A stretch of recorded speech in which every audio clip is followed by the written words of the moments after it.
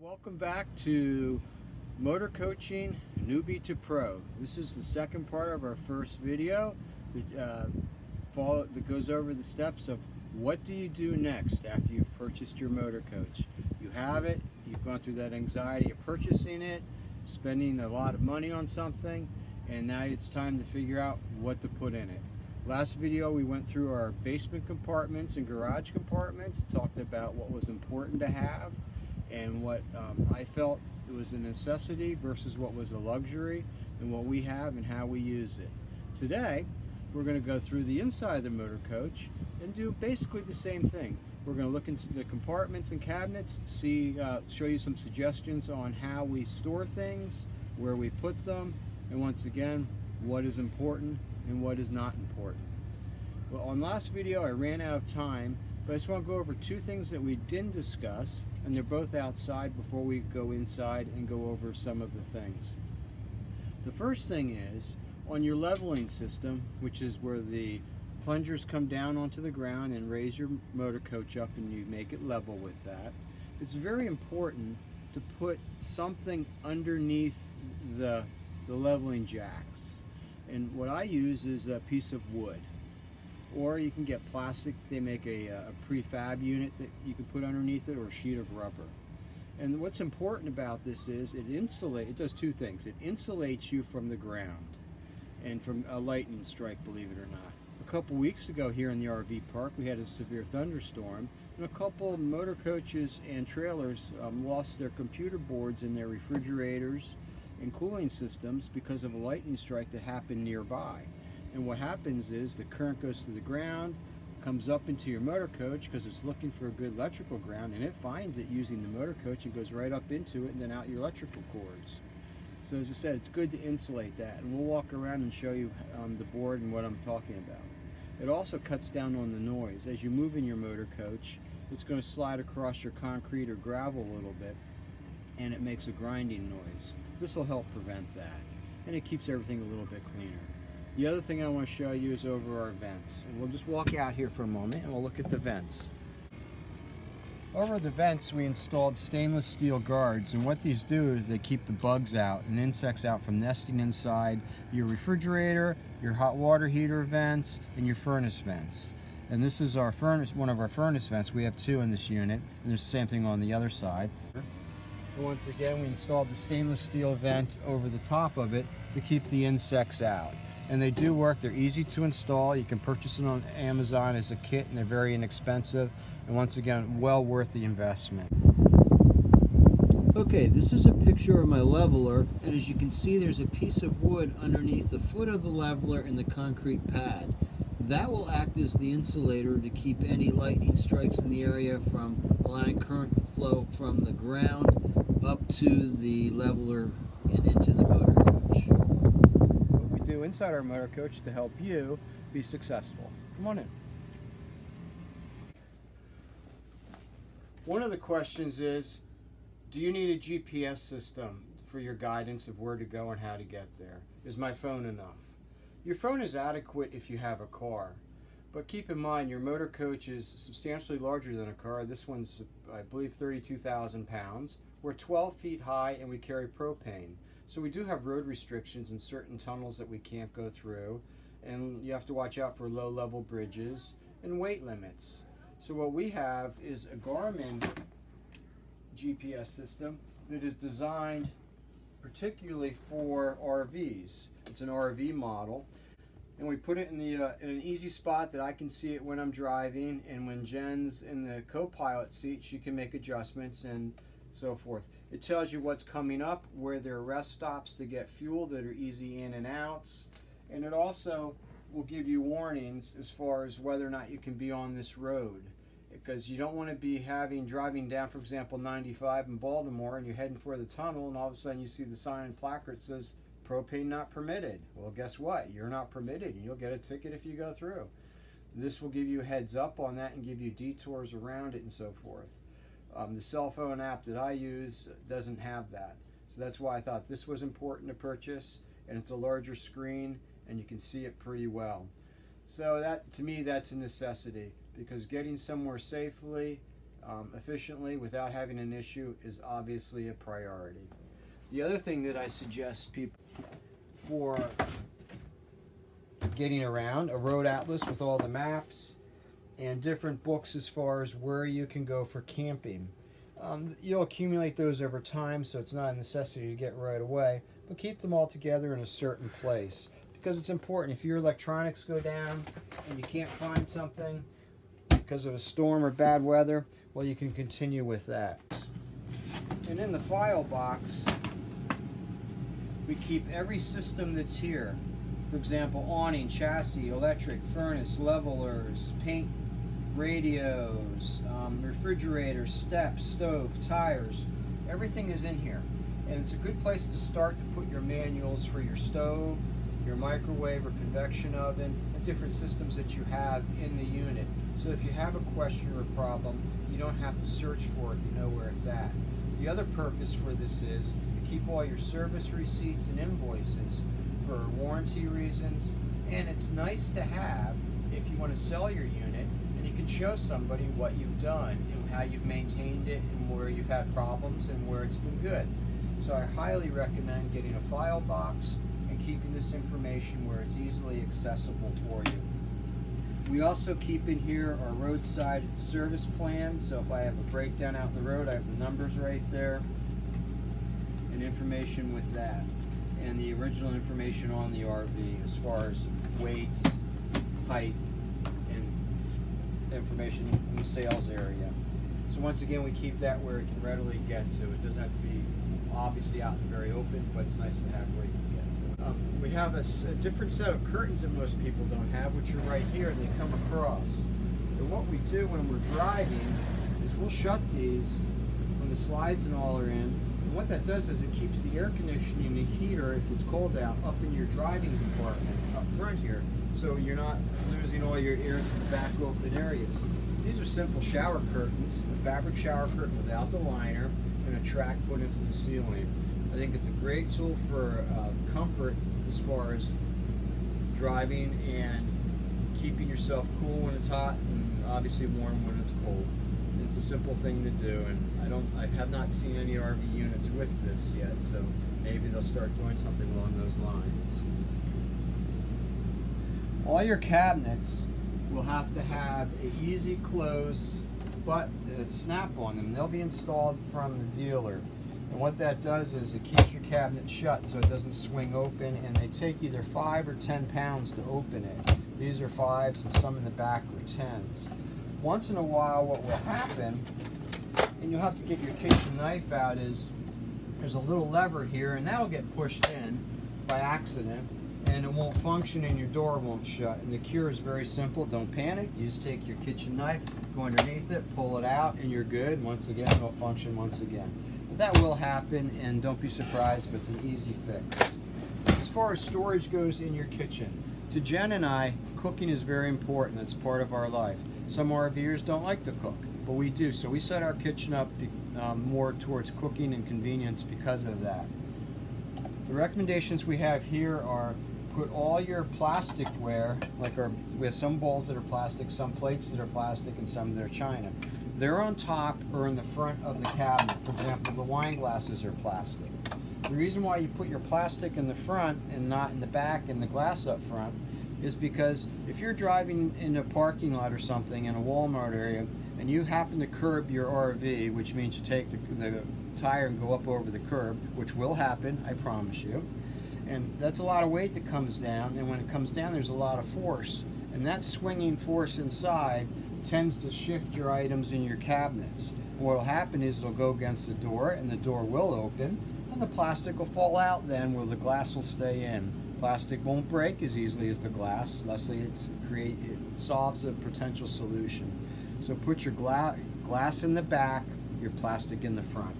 The other thing I recommend is putting anti-skid material. You buy them in sheets on the bottom of the cabinet, and that keeps your dishes and so forth from sliding. Space is a luxury in these cabinets, so we stack things. We get simple racks and we stack them in the back. And so that works out well for us. Same with the silverware, just like at home. Once again, you have the door catch, and you have your silverware trays, and it just keeps everything nice, neat, and clean. And didn't you like screw down the drawer trays so they don't move? Yes, everything is attached so it doesn't slide. And that's important too, because you want to minimize movement in all your drawers and cabinets. And noise. The other thing that we did was where our pots are, which is underneath the stove, we placed a small piece of carpeting, and that cushions the pots, and they won't slide around as easily. And if they do slide, it absorbs some of the noise, so it's not as noisy. Now remember when I said we do a lot of cooking? To us, that was important. When we got this RV, it had a stove in it. There's no way to put it, but it was very wimpy. It was not very strong, and it had small grates on it, and we didn't like it.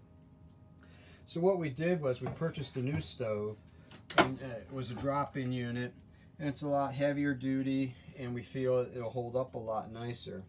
So as I said, it depends upon what your wants and desires are. We like cooking, so we wanted to have a better stove. So we did do that. So the point I'm trying to make is you look at what's important for you, and you gear it towards what's important for you.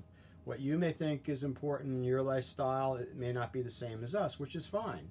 But for us, we like to cook, so we have more cooking items. In our food storage pantry area, we have a lot of spices and so forth, and what we put across was spring-loaded curtain rods. And what that does is it keeps the contents pushed back and confined and prevents them from sliding out and making a mess and just sliding all over the cabinetry. And once again, that's a good way to condense things and to keep them from moving around. The other important thing is for your food storage containers. We use these because you can stack them and they don't take up much space when you stack them, and they all fit inside each other. So once again, remember, space is a minimum. So because of that, you want to keep that as a concern. So I highly recommend getting food storage containers that you can stack and put in and out easily. As far as appliances go, we don't have a lot. We like to use our stove and a convection oven, but we do have a griddle and a waffle maker. Once again, is that something you need? Not necessarily, unless it's something you like to do. As far as cleaning supplies go, just think of it as in your house. We keep things to keep our floor clean, dishes clean, so you need dish soap, bathroom, and so forth. I keep all those under the sink with the trash bags and so forth. So you don't have to go fancy on that. Just think what you use in your own kitchen and get that for here, but just possibly in a smaller size container. Okay, let's go back to the shower and bath area. In the shower, there's only one thing that I recommend that you get, and that is a squeegee. The squeegee helps clean the glass when you're done, and it just makes maintenance and cleaning a lot easier. So when you're done with your shower, you just squeegee the inside of the glass off, and it's a simple process, and it keeps it nice and shiny and clean. Other than that, you can just use what you use at home as far as your soaps, shampoos, and body washes. When you're driving, so you put the tab down, there's even a little sign to remind you, and so that when you're driving it doesn't swing open and break. But the other thing you have to remember is that there's bumps and so forth on the road. So you want to take your shower head down, and we take it and lay it on the ground so it's not going to bang and get cracked. Also make sure your soaps and shampoos are behind something, so once again they won't fall over while you're transporting. So that's a simple checklist before you start your trip. In the bathroom, there's a couple things that are important that you do. One is to get a rapid dissolving RV safe toilet tissue, because keep in mind your black water tank is not designed as a septic system in a public area. You must dump it, and you don't want it to clog up, and using regular toilet tissue will clog it and bind up the tank inside, and you'll have a problem. So make sure you're getting a rapid dissolving for RV or boats, and you'll be fine with that. The other thing that we have in here is a plunger. You never know when something's going to clog, whether it's a sink or a drain in the shower or your kitchen sink. But make sure you have a plunger, because if you're out camping and you have a problem and you can't use something, it's not fun. So please make sure you have a plunger.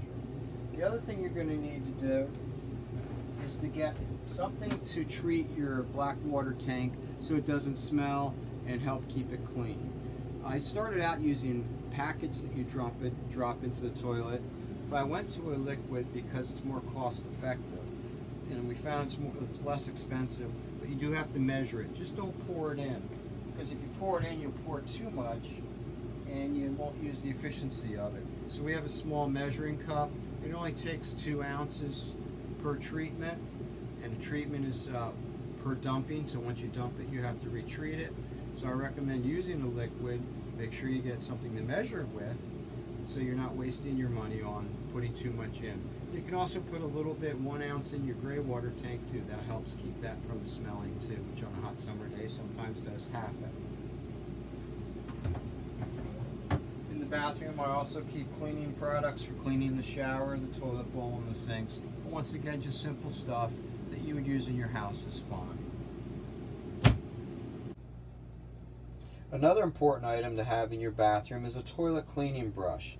This brush helps you clean the toilet bowl between uses, because just keep in mind your toilet's a low flow, low water usage appliance, and sometimes you need to offer a little assistance to clean out the bowl before the next person uses it. It also helps to push down some toilet paper and so forth if it happens to get stuck on the sides or it starts to clog up your valve area. Back in our bedroom for storage, cleaning bag that allows her to have shelves, and you can get these in a Walmart or a where'd you get this one? Ollie's or Yeah, an Ollie's or a Target or something. But it allows you to stack things, and once again, because space is luxury, you want to be able to minimize or maximize the space that you have in order to utilize everything. In the back corner, I have a rack with shelves in it, and I just pull out what I need and use it just like a dresser drawer, and that allows me more space to keep my socks and t-shirts and shorts and so forth above my clothes. So that's a good idea for you. The other thing you'll need is somewhere to keep your dirty laundry. We use a laundry basket. I know some people use a bag, or you just use a laundry basket right here for when we do laundry, either in the RV with our washer dryer combo unit or at the laundromat. It just makes it a lot simpler.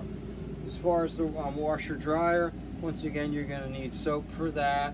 And if you use fabric softener, that's fine. Anything to help minimize the wrinkles. These smaller units, when you use the dryer, are not very non-wrinkle friendly to your clothing. While we're back here, important things also are a vacuum cleaner. You have a nice RV, you want to keep it clean, keep the motor coach nice, so you need to get a vacuum. Our vacuum, I like it because it folds, where the top handle folds and locks. And you can also use it on the tile floor and marble floor, or on the carpet. And because of that, you get a multi-purpose from it. And it's small, light, and easy. So once again, get a vacuum. If you don't have the central vacuum system, which we do not, then get something that's small and folds up. Also, with the tile floor, you have to keep that clean. So we use one of the wet jets. They do an okay job. It's not a great job, but if I find something that does a job better, I will let you know. But for storage purposes, you don't need a bucket with this. It's all self-contained. You just need to have the pads and the liquids right here. So that's kind of what makes it nice.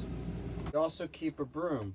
We keep the broom for the hard surface floors that need to be swept and cleaned. It comes with a dustpan, obviously. So you're going to need that to before you mop or clean out the areas on your tile or vinyl or marble wood floors. So once again, you're going to need a broom. So make sure you get one. Clothing storage is always an issue, because we like to do cold weather camping, where we'll go skiing up in the Poconos with the motor coach, because keep in mind, this is where we live, so everything we have to have here. We don't really have room to put our winter clothes out and our summer clothes, so we alternate them. And the way we store those is underneath the bed. And if I lift up our bed, you'll see bags right here. They're the vacuum bags, the space bags. They work out really, really well right here for putting a lot of clothing in, and you suck them down with the vacuum cleaner and it reduces the amount of space. And this is all my winter clothes, with sweaters, flannel shirts, jeans, long underwear, and so forth. So that's a really good way to minimize your space, is by using these space bags, which you just get on Amazon. And it's a great system. You don't necessarily need a vacuum with it. They come with a hand pump too. Aren't they like guaranteed too? Yeah, if you get a hole in it, they will replace them without a problem. Just make sure you have the receipt or the Amazon order number, which you can keep in your history with Amazon when you purchase it. But that works out really well for storage. And it's a great way to minimize the space that you need. Okay, Jen wants to show you how she folds her clothes in the dresser to keep things compact and to maximize her space. Okay, so I have everything kind of rolled. These are my t-shirts. I put 2 or 3 together and I fold them up. I'm going to show you real quick how I do this. Okay, so there again, because space is a premium. So these are 2 of my t-shirts. I just fold them in the sides as well as I can, pull them over as much as I can, so that it makes like a very nice small little thing, and I just fold it, and then I kind of take the end of one and just kind of pull it over a little bit. That just kind of holds it in there, and then I put them in here, and then it fits all nice and neat. And if you should come in here, and you can see how I still have space, but yet I have a lot of clothes in here. I have several pairs of pants, several shirts, some dresses. I have things like that. It makes it so that you don't have to like stuff your drawers and then they don't open. But because I have a lot of different clothes, more than Jim, I have them all in here. They're rolled, they're folded nice, and so that provides more space actually, because you are taking up less space with less bulk. In conclusion, what I want you to get from this session is the inside of your motor coach is your space, but you have to maximize the space that you have by using different methods of putting things in, whether it's stacking, layering, vacuum bags, rolling. You have to utilize the space to its most potential. And keep in mind, you don't want things to shift, and you want to minimize the damage that can happen if a cabinet opens and things fall out because you are moving and you're going from campsite to campsite. So keep that in mind. And remember, you want to put the things that are important to you in the RV, not things that are important to other people. You're the one that's using it, and it's your environment. So if you like cooking, that's great. Some RV friends of ours, she has, I believe, 60 pairs of shoes. Well, guess what? She has a rack in the back of her closet to hold 60 pairs of shoes, because that was important to her, and it works out great. It doesn't take up space. Once again, they engineered a way to make it work for them. As far as necessities inside, I definitely recommend the GPS system because it's simple, keeps you out of trouble. I definitely recommend the file box system because, once again, it's where all your information is. You may need to get to at one point. You don't have to search for it. You know where it's at. And I also recommend the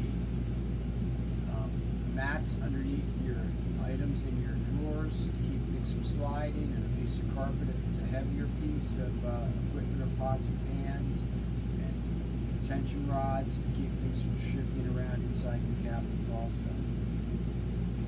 Please don't forget to like our motor coaching and newbie to pro, and also subscribe to our channel, motor coaching and newbie to pro. Just push those buttons at the bottom. That would be wonderful and greatly appreciated. Our next video coming up is going to be dealing with driving your RV, safety in your RV, and how to hook up when you're ready to go camping in your RV. So that'll be our next video. And then the video after that will be the systems in your RV and how they work, so you can understand your electrical, plumbing, heating, and air conditioning systems, and simple things like leveling and so forth. So that'll be the 4th video. And please don't forget to subscribe us at the bottom and like us, like the video. Thank you, and see you later. Bye-bye. Goodbye.